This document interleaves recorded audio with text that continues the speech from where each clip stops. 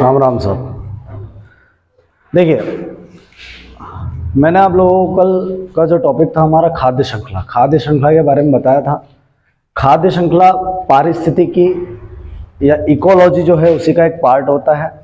पारिस्थितिकी के अंदर हम बात करें तो पूरा पर्यावरण है ना, इन्वायरमेंटल के अंदर वायुमंडल है ना, वायुमंडल के बाद में स्थलमंडल और जलमंडल, तीनों चीजों को मिलाकर जो बनता है जीवमंडल।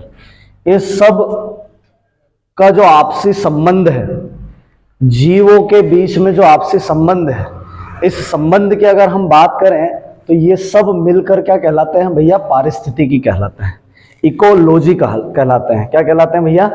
इकोलॉजी कहलाते हैं, पारिस्थितिकी है ना। और इसके अंदर एक पूरा जो सिस्टम इनके संबंध को दर्शाता है उसको पारितंत्र कहा जाता है या इको सिस्टम कहा जाता है। क्या कहा जाता है भैया? उसको इको सिस्टम कहा जाता है। आज उसी के बारे में पढ़ेंगे हम कि क्या संबंध होता है जीवों के अंदर, किस प्रकार से भैया जीव जो है अपने पोषण को प्राप्त करते हैं। इसी के अंदर खाद्य श्रृंखला इसी का पार्ट है जो मैंने आप लोगों को अलग से पहले बता दिया है ना। तो हम ये समझेंगे भैया कि जीव का परस्पर आपसी संबंध किस प्रकार से होता है, क्या क्या चीजें होती है उनके अंदर। इकोसिस्टम जो होता है, पारितंत्र होता है या पारिस्थितिकी होती है, इकोलॉजी होती है। पारिस्थितिकी एक शाखा है ना। इकोसिस्टम की अगर हम बात करें या पारितंत्र की बात करें तो पारितंत्र को का जिसमें अध्ययन किया जाता है उसको कहा जाता है पारिस्थितिकी है ना, इकोलॉजी कहा जाता है उसको। इसी के बारे में आज हम चर्चा करेंगे बिल्कुल अच्छे से। देखिए, सबसे पहली बात आती है, आज हम पढ़ेंगे पारिस्थितिकी। वही बता रहा हूं मैं, है ना, पारिस्थितिकी या इसी के अंतर्गत आता है भैया क्या? पारितंत्र या पारिस्थितिक तंत्र, पारितंत्र या पारिस्थितिक तंत्र है ना। पारिस्थितिकी को इकोलॉजी कहा जाता है और यह होता है इकोसिस्टम।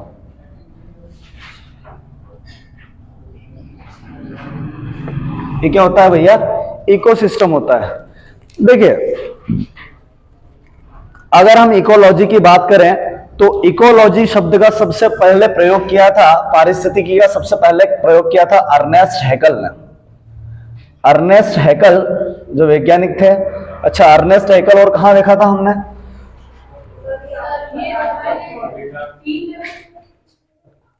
कहां देखा था अर्नेस्ट हैकल हमने, है ना? तीन जगत सिद्धांत। कौन से सिद्धांत के अंदर देखा था? तीन जगत वर्गीकरण सिद्धांत के अंदर हमने अर्नेस्ट हैकल के बारे में बात की थी कि इन्होंने भैया तीन जगत सिद्धांत दिया था। ठीक है, इन्होंने ही पारिस्थितिकी शब्द का सबसे पहले प्रयोग किया।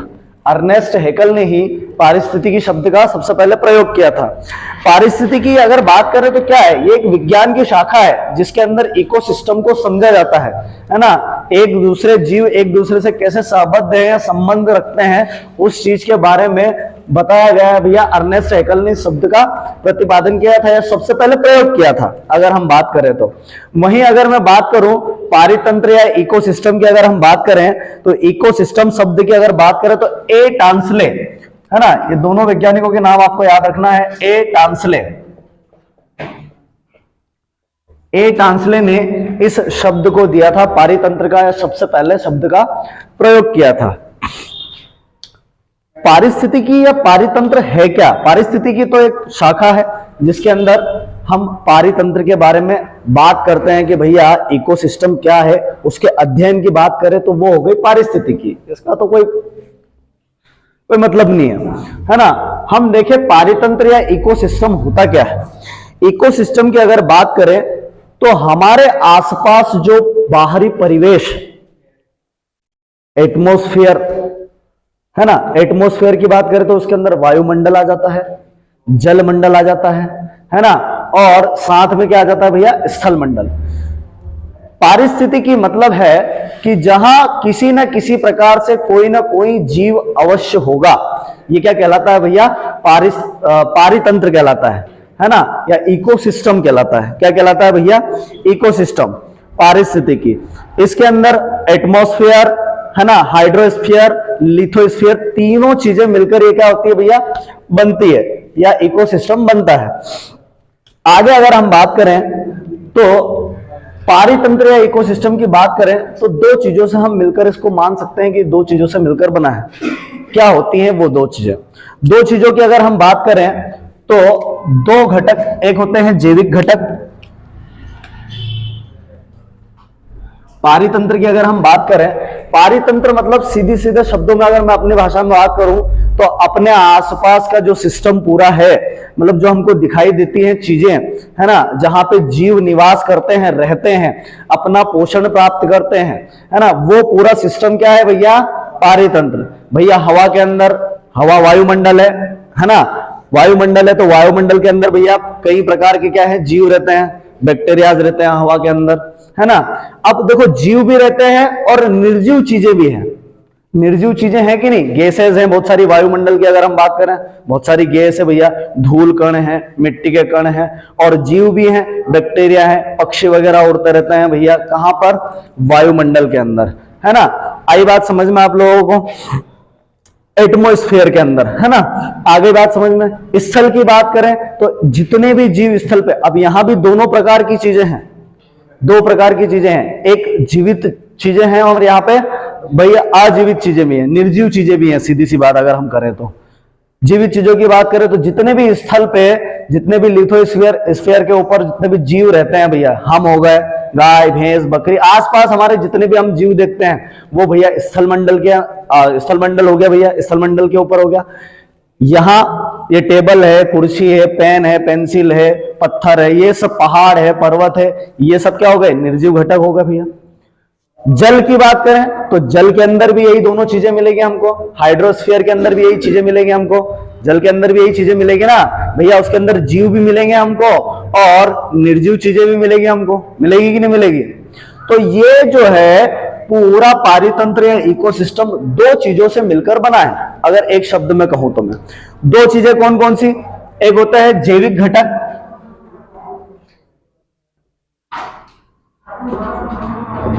है ना, ये लिविंग होते हैं, जैविक घटक, लिविंग, या इनको बायोटिक भी कहा जाता है। और एक होते हैं अजैविक घटक। एक क्या होते हैं भैया?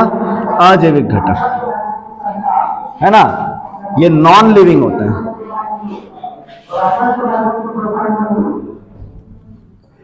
ये क्या होते हैं भैया? Non living. कि इसके अंदर क्या होगा भैया? इसमें जितनी भी सजीव चीजें हैं, है ना, इसको अबायोटिक या एबायोटिक भी कहा जाता है।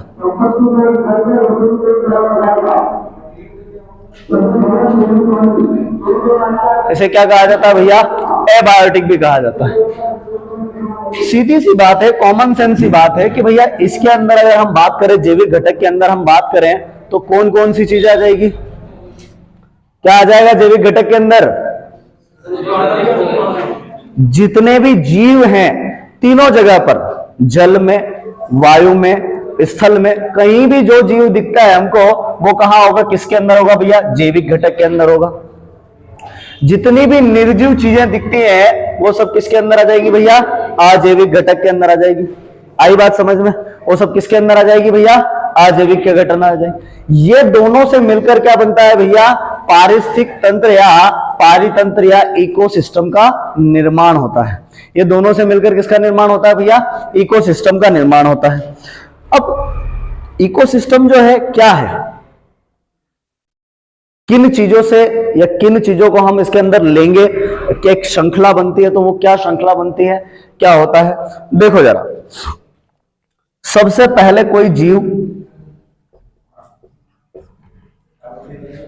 इन जीवों के समूह से जो मिलकर बनता है वो बनता है जीव समूह। पहले पर्टिकुलर एक जीव, और उन जीवों के समूह से क्या मिलता है भैया? एक जीव, जैसे कि मैं हो गया, और फिर हम सब आ गए जीव उसके अंदर, तो क्या बना? जीव समूह बना। क्या बना भैया? जीव समूह बना। और इस जीव समूह से ही मिलकर बनता है क्या भैया? पारितंत्र। इस जीव समूह से मिलकर क्या बनता है भैया? पारितंत्र या इकोसिस्टम बनता है। इससे मिलकर क्या बनता है? इकोसिस्टम। अब छोटा किसी एक पर्टिकुलर क्षेत्र की अगर हम बात करें, किसी एक क्षेत्र की बात करें, एक छोटे क्षेत्र में जो पारितंत्र होता है उसे जीवोम के नाम से जाना जाता है। उसे किस नाम से जाना जाता है भैया? जीवोम या बायोम के नाम से जाना जाता है। उसे किस नाम से जाना जाता है भैया? जीवोम या बायोम के नाम से जाना जाता है। समझना जरा इस चीज। एक कोई जीव जो मिलकर बनाता है जीव समूह, और जीव समूह मिलकर बनाता है एक पारितंत्र, इकोसिस्टम। इसमें सजीव और निर्जीव घटक दोनों आ जाएंगे। इसके अंदर क्या आ जाएंगे भैया? सजीव घटक भी आ जाएंगे, निर्जीव घटक भी आ जाएंगे, दोनों घटक आ जाएंगे इसके अंदर। तो भैया पारितंत्र हो गया। पारितंत्र का वय मतलब पारितंत्र से मिलकर एक बड़ा क्षेत्र जब बनता है, जहां तीनों सिस्टम मिल जाए, तीनों स्फीयर, वायुमंडल भी मिल जाएगा भैया, एटमॉस्फेयर भी इसके अंदर मिल जाएगा, लिथोस्फीयर भी इसके अंदर मिल जाएगा, मतलब स्थल मंडल भी मिल जाएगा इसके अंदर, और जल मंडल भी इसके अंदर मिल जाएगा, हाइड्रोस्फीयर भी इसके अंदर मिल जाएगा।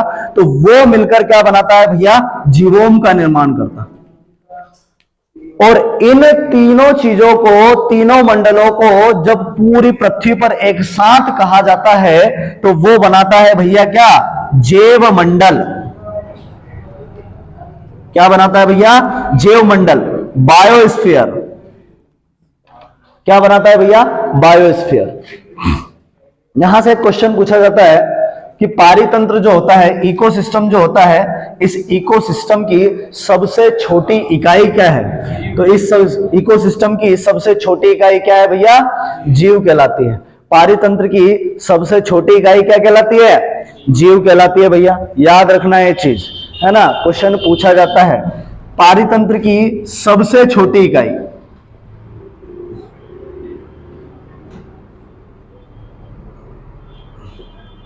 क्या कहलाती है?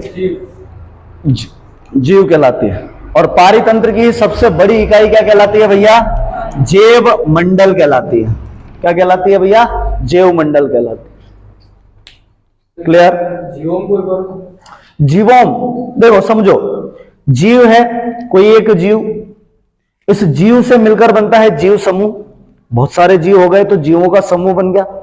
जीवों के समूह और पूरा सिस्टम, एक छोटे क्षेत्र को अगर हम बात करें तो सिस्टम क्या भैया? उसके अंदर वायुमंडल भी होना चाहिए, जल मंडल भी होना चाहिए, स्थल मंडल भी होना चाहिए। तीनों सिस्टम को छोटे क्षेत्र में पारितंत्र कहा जाता है, इकोसिस्टम। मतलब ये पूरा एक सिस्टम हो गया। इस इकोसिस्टम का थोड़ा सा विस्तृत क्षेत्र, उसे क्या कहते हैं? जीवोम कहते हैं। और पूरी पृथ्वी पर इसे क्या कहा जाता है? एक साथ जैव मंडल के नाम से जाना जाता है। किस नाम से जाना जाता है भैया? इसको जैव मंडल के नाम से जाना जाता है। आई बात समझ में आप लोगों को? किसी को कोई दिक्कत है? देखो, यहां जीव है, फिर जीव समूह आया, और पारितंत्र जहां आ गया वहां जैविक घटक और अजैविक घटक दोनों शामिल हो जाएंगे इसके अंदर। इसके अंदर सजीव और निर्जीव दोनों चीजें आ जाएगी। इसके अंदर सजीव भी आ जाएगी और कौन सी चीजें आ जाएगी? निर्जीव चीजें भी आएगी। यहां से शुरू होता है सजीव और निर्जीव का आपसी संबंध। जीव एक लिविंग थिंग है, ये मिलकर जीव समूह बनाता है। यहां कोई जरूरत नहीं है किसकी? यहां अजैविक घटक नहीं आएगा। लेकिन जैसे ही पारितंत्र शुरू हुआ तो इसके अंदर क्या शामिल हो गया? जैविक और अजैविक दोनों घटक शामिल हो गए। आई बात समझ में?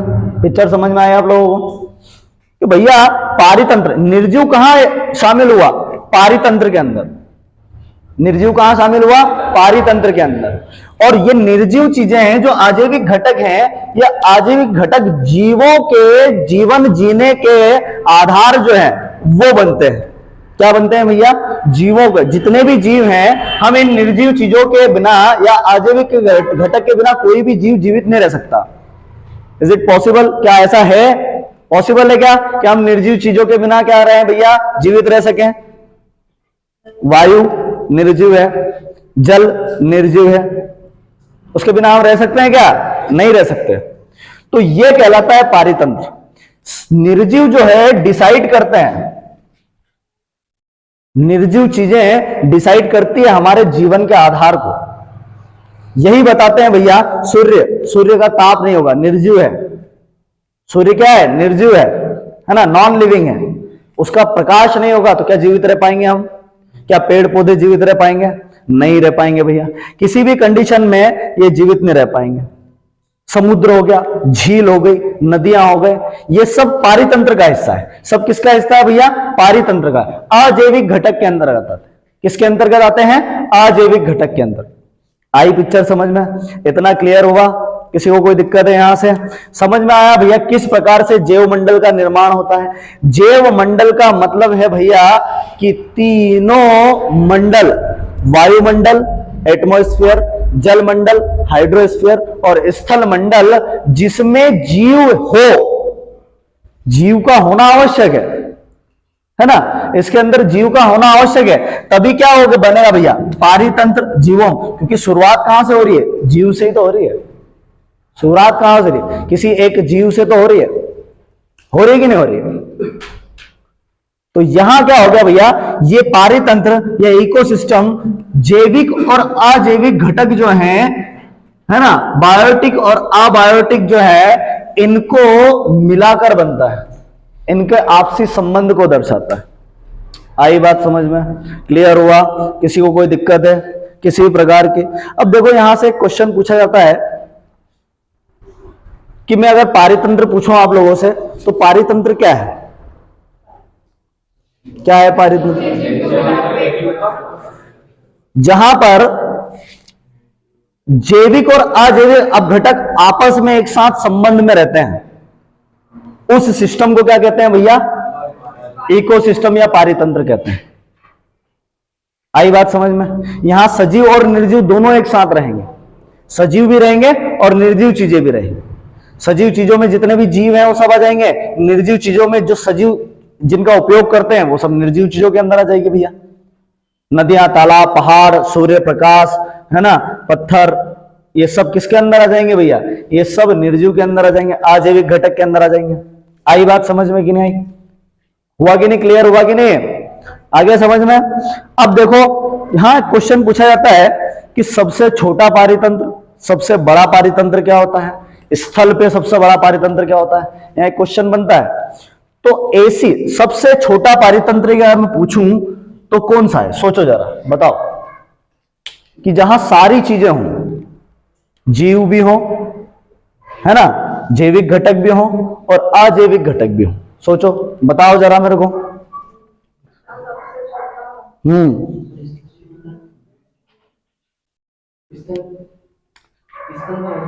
स्थल पे होते हैं। और किसने बोला? किसने बोला? क्वेश्चन ये है कि अगर मैं पारितंत्र की बात करूं, इकोसिस्टम की बात करूं, तो पृथ्वी पर सबसे छोटा इकोसिस्टम कौन सा हो सकता है? किसे हम मान सकते हैं? जल की एक बूंद। उसने आंसर दे दिया। क्या दिया भैया? जल की एक बूंद। जल की एक बूंद के अंदर सबसे छोटा पारितंत्र होता है जल की बूंद। जल की एक बूंद के अंदर सारी चीजें मिल जाएगी आपको। स्थल भी मिल जाएगा उसमें, क्योंकि जल हवा में तो रहेगा नहीं भैया, उड़ेगा नहीं। स्थल पे रहेगा स्थल मंडल, हवा भी रहेगी वायुमंडल, और पानी रहेगा जल मंडल, और उसी के अंदर बारीक बारीक जीव रहेंगे, बैक्टीरियाज वगैरह रहेंगे। या पानी के अंदर एक शैवाल पाया जाता है, डाइटम। भले एक बूंद, जरा सी बूंद हो, उसके अंदर वो तो पाया ही जाता है, चाहे कुछ भी हो। आई बात समझ में कि नहीं आई? तो भैया सबसे छोटा पारितंत्र कौन सा हो गया? जल की एक बूंद सबसे छोटा पारितंत्र हो गया। सबसे बड़ा पारितंत्र बताओ भैया। सबसे बड़ा पारितंत्र, पारितंत्र की बात कर रहे हैं, आगे नहीं बढ़ेंगे।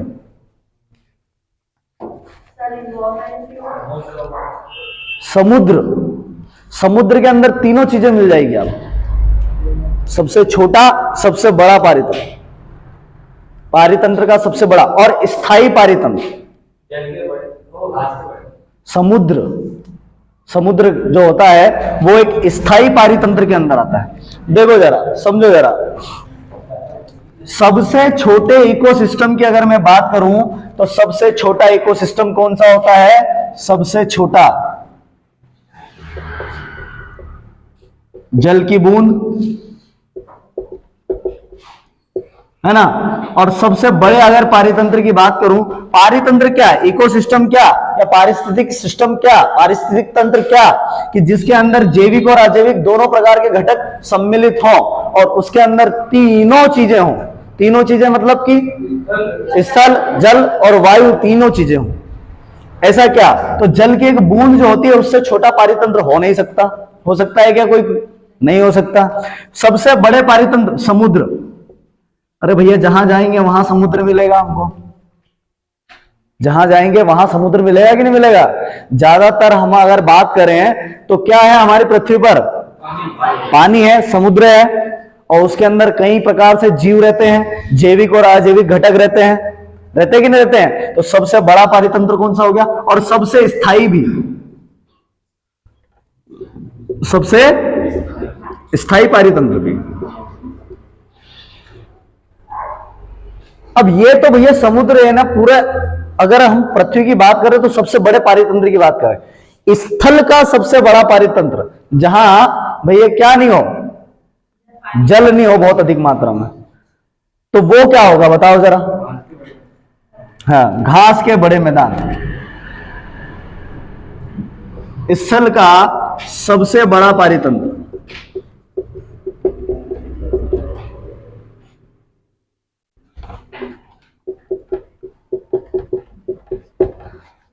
क्या होगा भैया?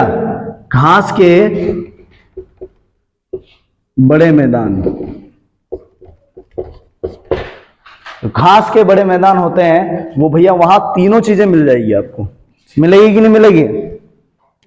घास के मैदान, स्थल का सबसे बड़ा पारितंत्र घास के मैदान, है ना। सबसे बड़ा और स्थायी पारितंत्र वो कौन सा हो गया भैया? समुद्र। और सबसे छोटा इकोसिस्टम जो हो गया कौन सा होता है? जल की एक बूंद होती है। याद रखना है इस चीज को। आगे बात समझ में आप लोगों को? किसी को कोई दिक्कत है, किसी भी समस्या? देखो आप लोग में से किसी ने एक ने जीवमंडल का उदाहरण दिया था कि सर जीवमंडल हो सकता है। हम बात कर रहे हैं पारितंत्र। इस पारितंत्र से अलग अलग पारितंत्र से मिलकर तो क्या बनता है भैया? जीवोम बनता है, बायोम बनता है, और इन सब को मिलाकर फिर क्या बनता है? जीवमंडल। जैसे जीवमंडल कैसे कहेंगे हम? जीवमंडल कहेंगे कि भैया पूरा वायुमंडल आ गया इसके अंदर, है ना। और वायुमंडल के साथ में क्या आ गया भैया इसके अंदर? स्थल मंडल आ गया इसके अंदर, और जल मंडल आ गया इसके अंदर। और इन तीनों को मिलाकर जो बनता है भैया वो क्या बनता है? जीवमंडल बनता है, बायोस्फीयर। आई बात समझ में, है ना। इकोसिस्टम हर जगह अलग अलग हो सकता है, ऐसा जरूरी नहीं कि पूरा जो सिस्टम है उसको इकोसिस्टम कहेंगे, पूरी पृथ्वी को इकोसिस्टम कहेंगे। जीवमंडल हो गया पूरा, पूरा क्या हो गया? जीवमंडल हो गया, है ना। एक पारितंत्र क्या है? एक छोटी सी जगह में भी अगर तीनों चीजें मिल गई तो वो पारितंत्र हो गया, एक इकोसिस्टम हो गया भैया। क्योंकि भैया इकोसिस्टम का मतलब क्या कि वहां जैविक और अजैविक घटक एक साथ होने चाहिए, और जैविक अजैविक घटक एक साथ होने के साथ में भैया तीनों मंडल एक साथ होने चाहिए, तो वो भैया इकोसिस्टम हो गया, पारितंत्र हो गया। हुआ कि नहीं हुआ? और पारितंत्र से मिलकर जब बड़ा थोड़ा सा क्षेत्र बनता है तो उसे क्या कहा जाता है? कई पारितंत्र, कई इकोसिस्टम को मिलाकर फिर क्या बनता है? जीवोम बनता है, बायोम बनता है। और पूरी पृथ्वी पर इन सबको मिला दिया जाए, सबसे बड़ी इकाई पारितंत्र की है, पारिस्थितिकी की अगर हम बात करें कि सबसे बड़ी इकाई, तो भैया क्या हो गया? जीवमंडल हो गया। सबसे छोटी इकाई क्या होती है? जीव।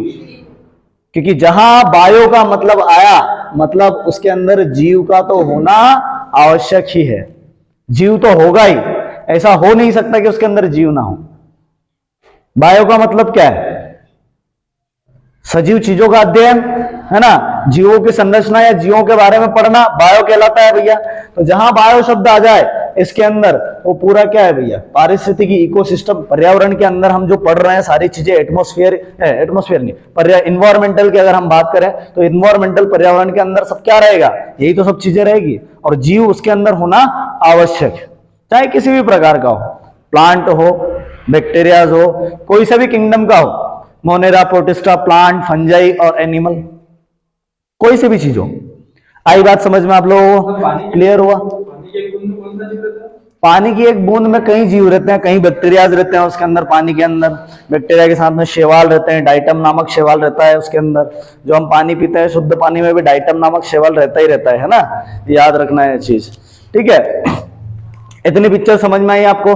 पारिस्थितिकी समझ में आया? पारिस्थितिकी शब्द का सबसे पहले प्रयोग किसने किया था भैया? अर्नेस्ट हैकल ने किया था। पारितंत्र की बात अगर हम करें तो इकोसिस्टम, इसका सबसे पहले प्रयोग किसने किया था भैया?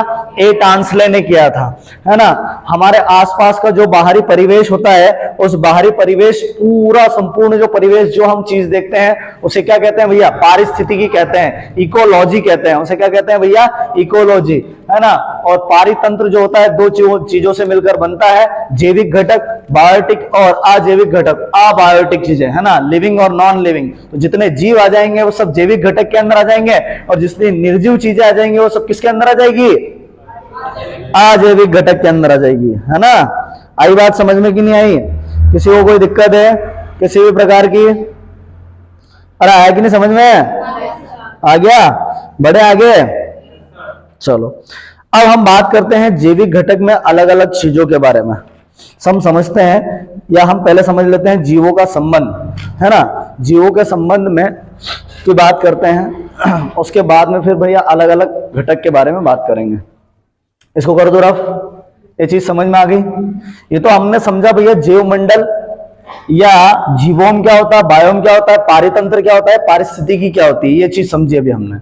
अब हम क्या देखेंगे भैया? संबंध देखेंगे इनके बीच में आपसी। चलो कर दो रफ। इसमें मैं खाद्य श्रृंखला आपको पहले ही बता चुका हूं, है ना।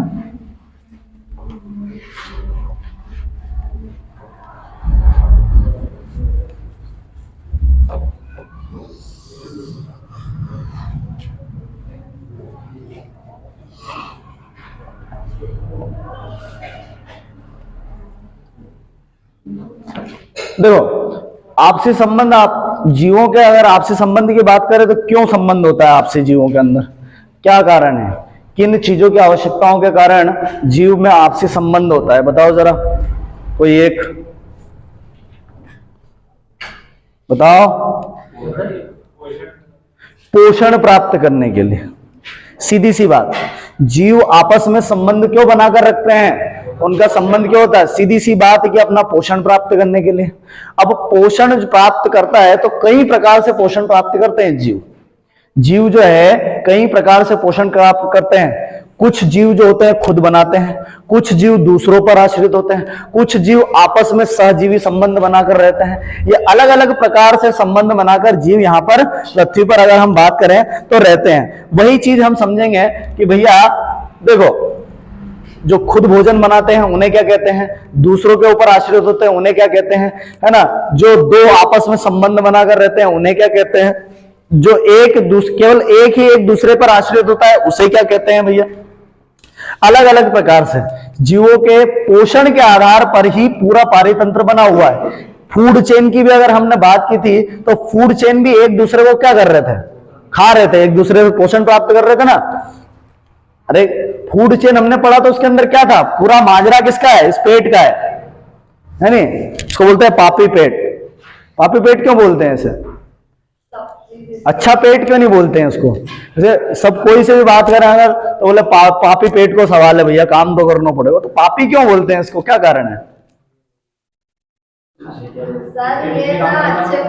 क्योंकि ये कभी संतुष्ट नहीं होता है, इसलिए इसको पापी कहते हैं। कोई सी भी चीज खा लो तुम गुलाब जामुन खा लोगे, खा लिया तुमने अच्छे पेट भर के, पहले 10-15 गुलाब जामुन खाई गया, तुम 20 गुलाब जामुन खाई गया। अरे यार रसगुल्ला और होता तो मजा ही जाता है कि नहीं? वो समोसा अगर मिल गया तो उसमें चटनी जरूर ढूंढेंगे, यूं नहीं कि कोरा समोसा खा लें। ढूंढेंगे कि नहीं ढूंढेंगे? चटोरी जी। और लड़कियों महिलाओं की बात करें तो पानी पता से चाहिए उनको, सबसे पोषक सबसे बेस्ट पोषक तत्व तो चाहिए उनको पानी।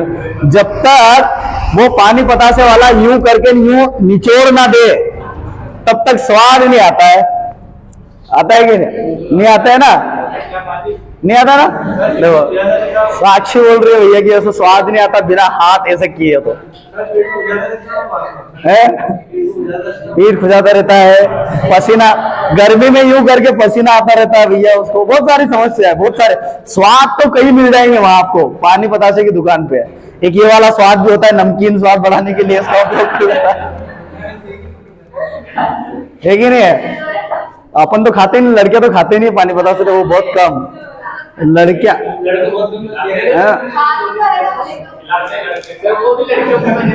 हाँ वो खाते किसकी वजह से? लड़कियों की वजह से भैया। नहीं खिलाएंगे तो लफड़ा, वो नाराज हो जाएगी, बाबू नाराज हो जाएगा, नाराज हो जाएगा तो उधर भी चैन नहीं है फिर, है कि नहीं है? तो समस्याएं कहीं है। चलो हम बात करते हैं जीवों के संबंध के बारे में। जीव का संबंध, आपसी संबंध की अगर हम बात करें जीवों की, तो जीवों का आपसी संबंध जो है,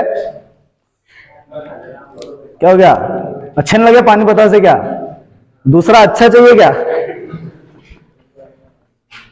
जीवों के आपसी संबंध की बात करें तो जीव दो प्रकार के पाए जाते हैं, दो प्रकार से पोषण अपना प्राप्त करते हैं भैया, दो प्रकार से पोषण प्राप्त करते हैं। पहले होते हैं स्वपोषी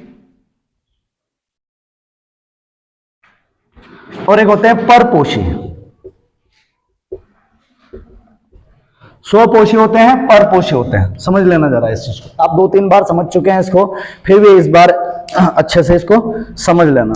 परपोषी या इसको विषम पोषी बोलेंगे हम, परपोषी नहीं बोलते हुए विषम पोषी बोलेंगे, है ना? एक होते हैं ऑटोट्रॉप, है ना, ऑटोट्रोपिक, और एक होते हैं हेटरोट्रोपिक।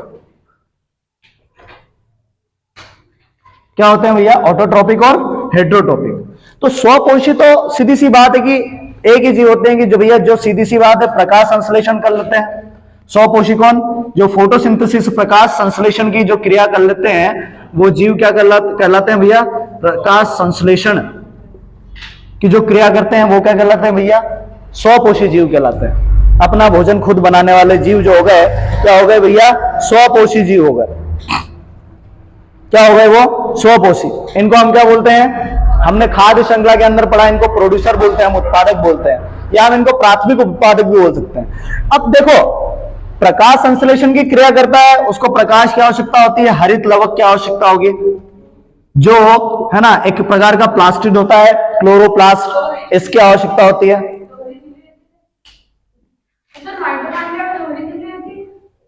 हाँ, है ना, प्रकाश संश्लेषण, हरित लवक भैया, क्लोरोप्लास्ट होता है इसके अंदर, है ना। क्लोरोप्लास्ट होगा, प्रकाश प्राप्त होगा, तो भैया वो क्या करेगा? प्रकाश संश्लेषण। और इसी हरित लवक के कारण भैया जो प्लांट होते हैं या जो स्वपोषी जीव होते हैं, उनका रंग क्या होता है भैया? हरा होता है।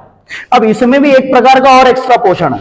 देखो, एक तो स्व प्रकाश संश्लेषण करने वाले, इसका अगर स्वपोषी की अगर प्रकार की बात करें तो प्रकाश संश्लेषण करने वाले हो गए, है ना। जो जितने भी हरे जीव हैं, जो वो क्या करते हैं भैया? प्रकाश संश्लेषण की क्रिया करते हैं। और एक होते हैं कीमियो ऑटोट्रोपिक, रसायन संश्लेषी। एक कौन होते हैं भैया? रसायन संश्लेषी।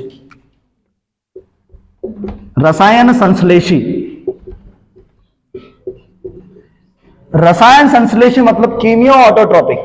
कीमियो ऑटोट्रोपिक वे जीव होते हैं जो केमिकल रिएक्शन, इनको ना सूर्य के प्रकाश की आवश्यकता होती है, ना हरित लवक की आवश्यकता होती है, ये कार्बनिक या अकार्बनिक पदार्थों में रासायनिक क्रिया करके अपनी ऊर्जा को प्राप्त करते हैं। देखो, भोजन हम क्यों करते हैं? कोई भी जो जीव है वो पोषण क्यों प्राप्त करता है? किस लिए चाहिए उसको? अंतिम उत्पाद क्या चाहिए उसको? ऊर्जा चाहिए, है ना। जो एनिमल्स में या प्लांट में या सब में एटीपी के रूप में होती है, एड्रेनोसाइन ट्राइफॉस्फेट के रूप में बनती है भैया। अरे हम भोजन करते हैं तो क्यों? अंतिम हमको ऊर्जा चाहिए। क्या हमको क्या चाहिए? मैं यहाँ पढ़ा रहा हूं तो मेरे को किस चीज की आवश्यकता है? ऊर्जा की आवश्यकता है। वो ऊर्जा कहां से मिलेगी? जब मैं भोजन करूंगा, उसका पाचन होगा, वो ग्लूकोज के फॉर्म में अवशोषित होगा, ग्लूकोज के फॉर्म में अवशोषित होकर भैया श्वसन की क्रिया होगी सेल के अंदर। उस श्वसन की क्रिया से वो जो दहन की क्रिया होगी, उस दहन की क्रिया से पूरी तरीके से क्या हो जाएगा? वो ग्लूकोज टूट जाएगा, और टूट जाएगा, और ग्लूकोज के टूटने के बाद में हमको क्या मिलेगी? एटीपी के रूप में मेरे को ऊर्जा मिलेगी, और मैं क्या करूंगा भैया? उस ऊर्जा का उपयोग कार्य करने में लगा दूंगा। उस ऊर्जा का उपयोग क्या करूंगा, कार्य करने में लगा दूंगा। तो हर जीव को क्या चाहिए भैया, आखिरी में ऊर्जा चाहिए। वो कैसे भी मिल जाए, फिर उसको कैसे भी मिल जाए। तो जो स्वपोषी होते हैं, इनको प्रकाश और हरित लवक के क्रिया के द्वारा भैया, प्रकाश संश्लेषण की क्रिया के द्वारा वो ऊर्जा मिल जाती है। तो इनको भैया किसी दूसरे पर आश्रित होने की आवश्यकता नहीं होती है क्या, केवल सूर्य के ऊपर आश्रित होते हैं भैया। क्लोरोफिल तो भगवान ने ऑलरेडी दिया, उनका वरदान दिया हुआ है कि भैया, अब देखो कहीं कोई चीज अगर भगवान ने किसी को कमजोर बनाया है तो किसी न किसी तरीके से उसको क्या बनाया भैया, मजबूत बनाया। जैसे महिलाएं बल में कमजोर है और पुरुष जो है बल में क्या है भैया, बलशाली है पुरुष। लेकिन 2 आंसू टपका दे तो ओ बेचारे पुरुष का बल गजे न कहां जाए।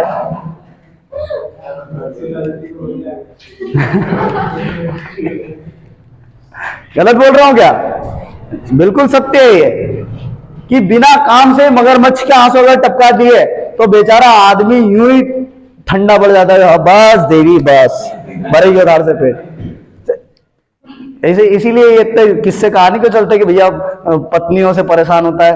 अब वो पुरुष जो बेचारा है ना, जो घट्टी के 2 पार्ट होते हैं ना, उसमें जो घुन पिसता है ना, उसके जैसा होता है बेचारा।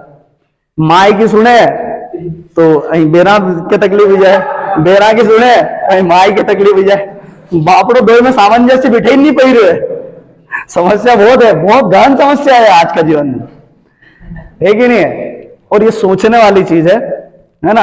अपने अपने सांस से सामंजस्य बिठे के रखो भैया, नहीं तो पता चलेगा कि यही घर टूटने का कारण क्या होता है, सबसे बड़ा कारण ये होता है ना। भगवान ने सुंदरता दी लेकिन ये वाला जो पोर्शन था ये खाली छोड़ दिया। ये वाला पोर्शन था ये क्या कर दिया भैया, खाली छोड़ दिया उन्होंने भगवान ने। और ये वाला पोर्शन खाली छोड़ दिया तो चलो और आगे बात करेंगे इसके बारे में। नहीं तो कोई धनी डंडो लिखनी उपज जाए ना, बहुत ज्यादा बेराओं के बारे में, महिलाओं के बारे में बहुत फालतू बात करते हो।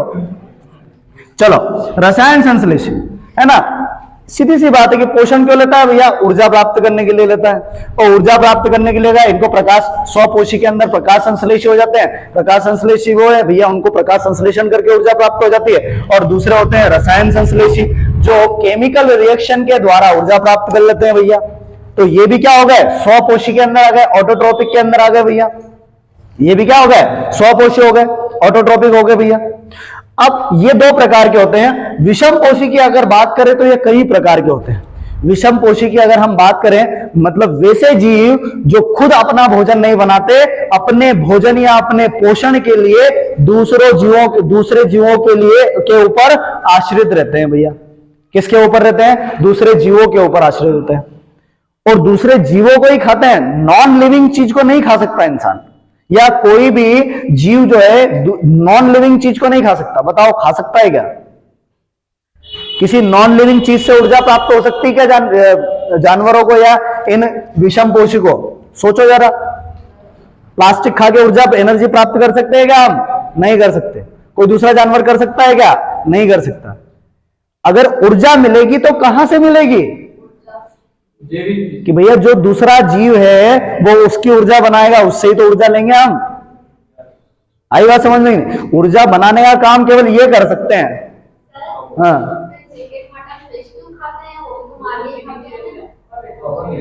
हाँ तो जीवित है ना वो।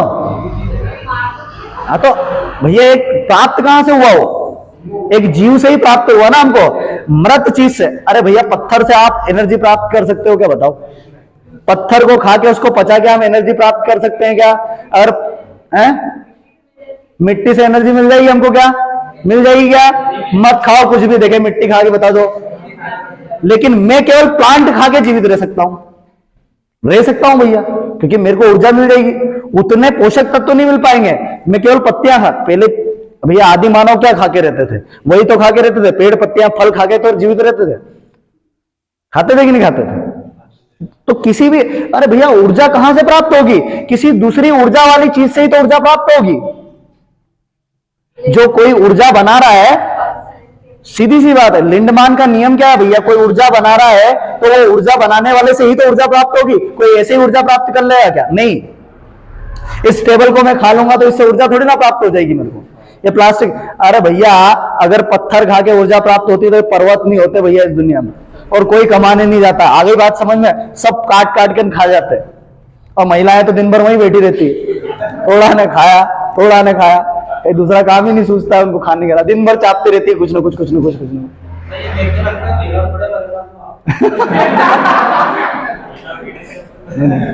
ये सब मजाक की बातें हैं, इसका वास्तविकता से कोई लेना देना नहीं है भैया, है ना? इसका वास्तविकता से कोई लेना देना नहीं है।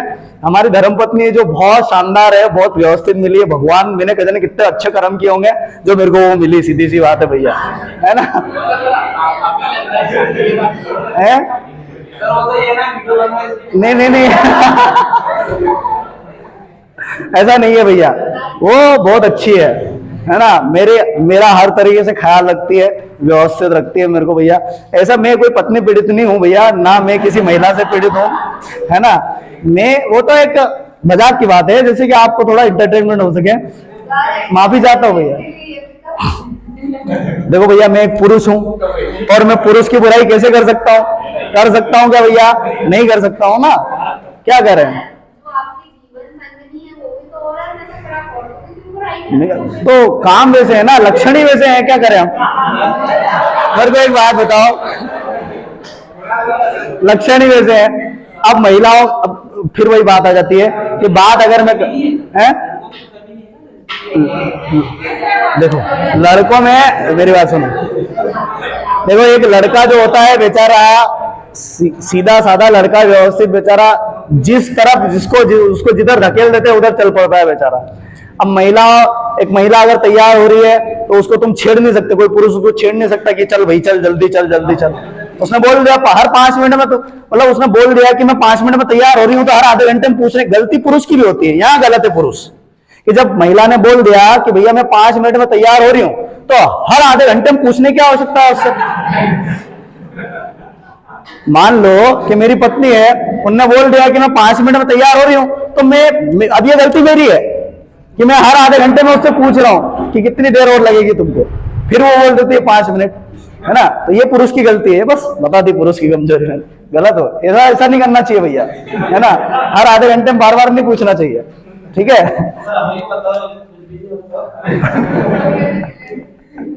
चलो समझो यार, आप इधर आ जाओ, हो गया मजाक मस्ती। स्वपोषी ऑटोट्रोपिक की बात कर रहे थे हम। तो ये जो है भैया अपना, मतलब इनको किसी दूसरे, इनको केवल सूर्य से या केमिकल रिएक्शन के द्वारा अपनी एनर्जी प्राप्त होती है। फिर ये जो है इनके ऊपर डिपेंड करते हैं या आपस में एक दूसरे के ऊपर डिपेंड करते हैं। जो हमने जैसा खाद्य श्रृंखला के बारे में पढ़ा कि विषम पोषी हेटेरोटॉप्स होते हैं, या तो स्वपोषियों के ऊपर डिपेंड करते हैं या आपस में ही एक दूसरे के ऊपर डिपेंड रहते हैं। आई बात समझ में? ये यहीं से एनर्जी प्राप्त करते हैं। और मैंने एक शब्द और याद रखना कि अगर कोई एक जीव दूसरे जीव से एनर्जी प्राप्त करता है, मतलब जीव से ही एनर्जी प्राप्त कर सकता है, नॉन लिविंग चीज या मृत चीज। अब मृत चीज का मतलब ये नहीं है कि भैया कि हमने तो किसी प्लांट को काट दिया, वो मर गया, उसके बाद खाया तो हमको कहां से एनर्जी मिलेगी, ऐसा नहीं। मतलब जो अजैविक घटक हैं, अजैविक घटक जिनके अंदर बायोमोलिक्यूल्स नहीं पाए जाते, उनसे भैया एनर्जी हमको नहीं मिल सकती, है ना? हम पत्थर खा के जीवित नहीं रह सकते, हम दूसरी चीजें प्लास्टिक खा के जीवित नहीं रह सकते, हम और भी कोई चीज खा के जीवित नहीं रह सकते भैया, जिसमें जो अजैविक घटक होते हैं उसमें जीवित नहीं रह सकते, सीधी सी बात है। तो देखो परजीवी परजीवी क्या, विषम पोषी या हेटेरोटॉप्स की बात करें तो ये 3-4 प्रकार के होते हैं। देखो इनके बीच में जो अलग अलग संबंध होता है, अब देखो इनमें एक ये भी है कि भैया एक जो होते हैं भैया शाकाहारी होते हैं, हर्बीवोरस होते हैं, वो भी इनके अंदर आते हैं। हर्बीवोरस इनके अंदर आएंगे, हर्बीवोरस आ गए भैया इनके अंदर। शाकाहारी जो केवल इनसे अपना भोजन प्राप्त करते हैं, मतलब प्रकाश संश्लेषण करने वालों से अपना भोजन प्राप्त करते हैं। फिर इन्हीं के अंदर भैया ओमनीवोरस आ जाएंगे, सर्वाहारी, जो इनसे भी भोजन प्राप्त करते हैं और आपस में भी एक दूसरे से भोजन प्राप्त करते हैं, सर्वाहारी हो गए भैया। तीसरा अगर हम समझे तो भैया मांसाहारी, जो इन्हीं को एक दूसरे को खाकर अपना पोषण प्राप्त करते हैं भैया, प्रबल मांसाहारी हो गए वो भैया। अब इसके अंदर और भी कई संबंध होते हैं, देखो भैया क्या क्या संबंध होते हैं, समझो जरा।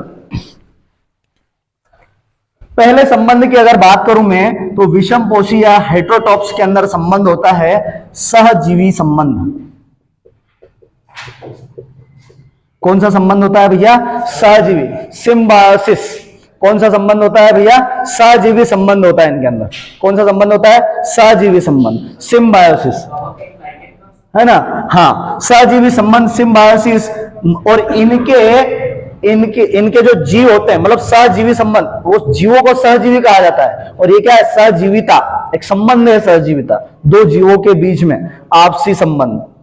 क्या होता है भैया इसके अंदर? कि इसके अंदर होता है कि दोनों को लाभ होता है, प्लस प्लस। कैसे याद रखोगे? दोनों को लाभ होता है इसके अंदर। सहजीवी के अंदर या सिम्बायोटिक के अंदर दोनों को लाभ होता है। किसको लाभ होता है भैया? दोनों जीवों को। दो जीव एक साथ रहते हैं, क्या रहते हैं? दो जीव एक साथ रहते हैं और दोनों को क्या होता है? लाभ होता है। इसको बोलते हैं सहजीवी संबंध। सबसे अच्छा उदाहरण है भैया लाइकेन, एक सहजीवी संबंध। लाइकेन ही सहजीवी संबंध है। लाइकेन के अंदर दो अलग अलग जीव रहते हैं, कवक और शैवाल। इनसे मिलकर क्या बनता है? लाइकेन बनता है। दूसरा सहजीवी संबंध की अगर बात करें तो प्लांट और राइजोबियम बैक्टीरिया का सहजीवी संबंध होता है। राइजोबियम बैक्टीरिया प्लांट को नाइट्रोजन को नाइट्रोजन का स्थिरीकरण कर देता है और किसको दे देता है भैया? प्लांट को दे देता है, और प्लांट भोजन बना के उस राइजोबियम बैक्टीरिया को दे देता है। तो ये भी एक सहजीवी संबंध हो गया। सहजीवी संबंध मतलब आपस में रहना। क्या करना भैया? आपस में मिलजुल के रहना। ये सहजीवी संबंध हो गया, एक दूसरे की हेल्प करके। फिर दूसरे अगर बात करें हम, तो दूसरे अंदर आते हैं भैया, है ना? इसके अंदर कौन आ जाएगा? एग्जांपल में लाइकेन, है ना? राइजोबियम, हाँ राइजोबियम, बढ़िया। केकड़ा, केकड़े के साथ में एडेंसिया जो होता है, किस संघ के अंतर्गत आता है एडेंसिया? सिलेंड्रेटा के अंतर्गत आता है। जो है ना, एडेंसिया सी एनिमोन की एक प्रजाति है जो किसके साथ संबंध बना के रहती है भैया? सहजीवी संबंध बना के रहती है। केकड़े के साथ सहजीवी संबंध बना के रहती है। किसके साथ संबंध बना के रहती है? केकड़े के साथ सहजीवी संबंध बना के रहती है। आई बात समझ में? क्लियर हुआ? तो ये सहजीवी संबंध हो गया कि भैया दो छोराओं के सरकारी नौकरी की तैयारी करनी थी। एक छोरा घर से गैस की टंकी दी थी, अनकी देवी जा मान चुल्लो नहीं, अब चुल्ला की व्यवस्था तू था हिसाब से कर लिए, जा भैया थार पढ़ना है, सरकारी नौकरी की तैयारी करनी है, जा भैया देवास जा। एक हुआ आयो અને એક આપણો રોહિત થઈ ગયો, રોહિત के अंकित થઈ ગયો भैया। अंकित आयो, अंकित मारे घर वाला ने टंकी दी थी, चुल्लो नहीं दियो। अंकित आयो तो अंकित के चुल्लो दी दो, टंकी नहीं दी गया घर वाला ने कि जा भाई था हिसाब से टंकी की व्यवस्था कर लीजिए, जा कर सरकारी नौकरी की तैयारी। हम दो आया देवास, को इंसिडेंस ये क्योंकि हम देवास में एक बस स्टैंड पे एक साथ आया, उतरियान में उब्बा हूं ना आई हूं उबो नहीं मेड़ी उबो सोची रहो रूम ढूंढो भैया यहाँ किए गए रूम ढूंढो, दो सोची रहे एक दूसरे का देखियो और कहीं था कहाँ जी रहा, ऐसे कहीं बात हुई चर्चा हुई तो बोले हूँ नौकरी की तैयारी करना है, हूँ भी सरकारी नौकरी की तैयारी। हाँ यार मारे भी रूम ढूंढना, मारे भी रूम यार मारे तो टंकी है यार, वहां चुल्लो लेनो यार मारे। हाँ यार वहां भी चुल्लो है यार, टंकी लेनो। फिर सहमति ऐसी बनेगी कि चलो एक काम करना नहीं, हमारे भी सरकारी नौकरी की तैयारी करनी, हमारे भी करनी, तो एक साथ ही रिला भैया अपन। तो मेरे को क्या मिल गया भैया? हमारे टंकी मिलेगी, चुल्लो मिलेगी, टंकी तो थी से वहां है, और इना भाई के कहीं मिलेगी भैया? टंकी मिलेगी। दो ही को काम पूरा हो गया भैया, आपस में रहने एक साथ रहने लगी है एक ही रूम में भैया। तो ये क्या हो गया? एक सहजीवी संबंध हो गया। ये क्या हो गया भैया? सहजीवी संबंध हो गया। अब इसके बारे में हम इसके आगे जो है, इसके आगे का टॉपिक अगले लेक्चर में पढ़ेंगे, हम कल पढ़ेंगे इसके अंदर, है ना? आई बात समझ में? इतना क्लियर हो गया आप लोगों को? किसी को कोई दिक्कत भैया किसी भी प्रकार की? चलिए आज का सेशन यही खत्म करते हैं ना। राम राम साहब।